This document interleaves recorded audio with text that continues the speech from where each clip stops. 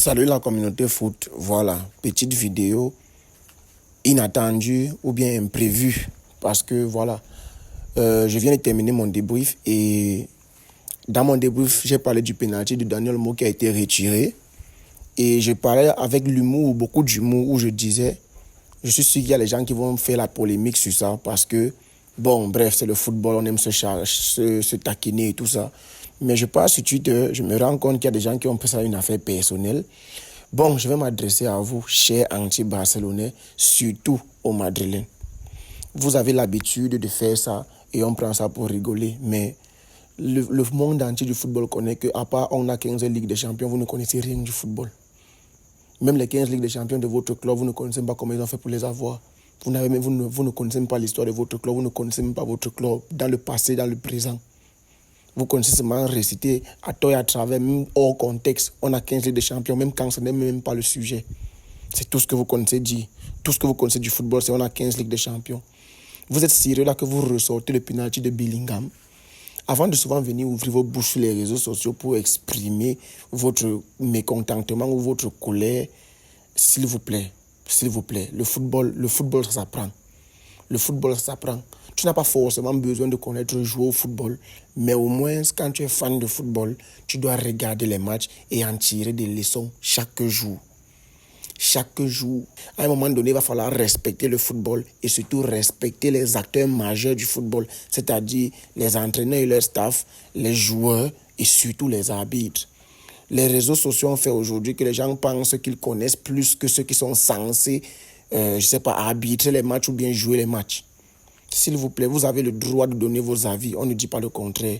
Mais quand quelqu'un vient sortir une ancienne image comme celle-ci, premièrement, où est le rapport? C'est le Real qui joue aujourd'hui? Non. Deuxièmement, est-ce que le penalty c'est le même? Jude ne cadre pas son penalty et ça sort après avoir tapé le poteau. Ce qui veut dire que les joueurs qui étaient déjà dans la surface n'ont aucune influence sur le penalty de Jude. Aucune influence.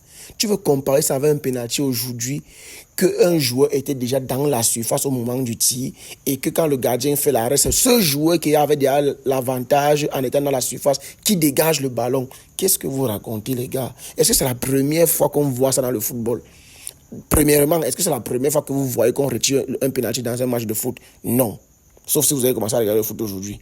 Deuxièmement, est-ce que c'est la première fois que vous voyez qu'on a retiré parce qu'il y a des joueurs dans la surface? Non. Et non seulement, parce que les gens ont pris la base que oui, mais quand Jude avait raté, les gens étaient aussi dans la surface. Oui, pourquoi est-ce que quand le joueur marque, même quand les joueurs sont dans la surface, on ne retire pas? Parce qu'ils n'ont aucune influence sur le penalty qui a été marqué. Aucune influence. Tu influences le penalty quand tu as été dans la surface et après qu'on a raté le penalty, c'est toi qui viens dégager le ballon. Si c'était un joueur qui n'était pas dans la surface au moment de tir, qui avait dégagé le ballon, on n'allait jamais retirer ce penalty. Déjà d'abord que, je ne peux pas dire ça avec certitude, mais jusqu'ici, je n'ai pas vu de polémique sur le penalty qui a été déjà accordé parce que moi, j'ai d'abord dit dans mon débrief que c'était léger et ça pouvait ne pas se siffler parce que c'est Olmo qui rentre dans le gardien, c'est pas le gardien qui tend la jambe. Mais il y a obstruction et ça se siffle. J'ai pas encore vu de polémique sur ça. Là encore, on est bon. Mais vous venez ressortir les anciens pénaltys non cadrés pour comparer ça avec les pénaltys cadrés qui ont été arrêtés par les gardiens et puis dégagés par les défenseurs qui avaient l'avantage sur les autres qui étaient hors surface. Qu'est-ce que vous faites comme ça même souvent? Qu'est-ce que les réseaux sociaux vous donnent quel pouvoir jusqu'à ce que vous pensez déjà que vous connaissez même déjà plus que ceux qui sont les professionnels du domaine?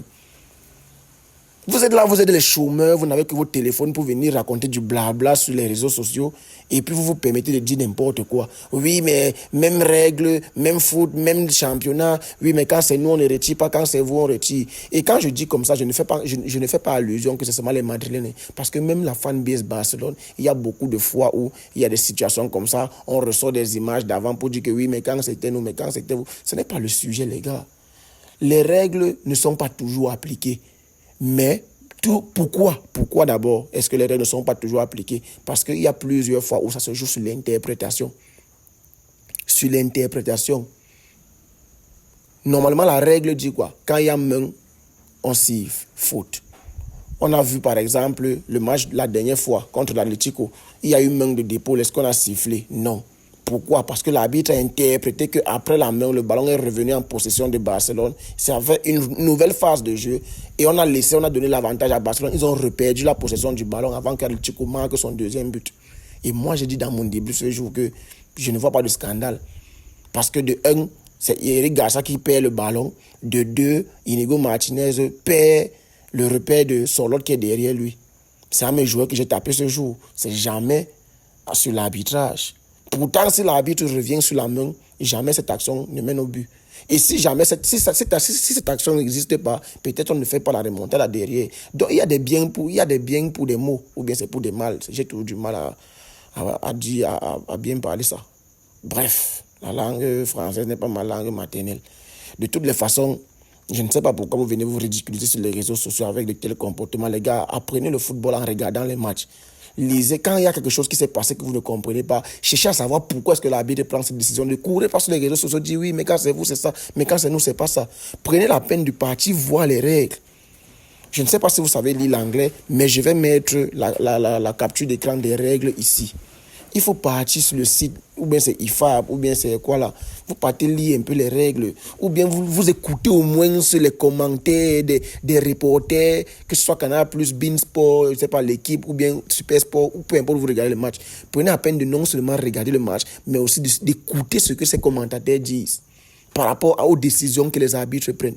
Et puis, si eux-mêmes ne comprennent pas ce que l'arbitre a pris comme décision, il y a les règles, vous pouvez vous référer, vous pouvez faire des recherches sur Internet. Votre Internet vous sert donc à quoi? À seulement venir pondre des conneries sur Twitter. Ces réseaux sociaux, je pense que je vais les quitter. Non, je vais les quitter. Quand je vais commencer à faire les face vidéos, où je vais commencer à me filmer et non plus faire les collages photos et des montages et tout. Non, je pense que je vais quitter Twitter parce que vraiment, vrai de vrai, ce réseau social est un poison. Je vous assure. Bref, c'est tout ce que j'avais à dire. Si vous êtes resté jusqu'ici, likez, partagez et surtout abonnez-vous. On reste ensemble et on est en santé. Peace.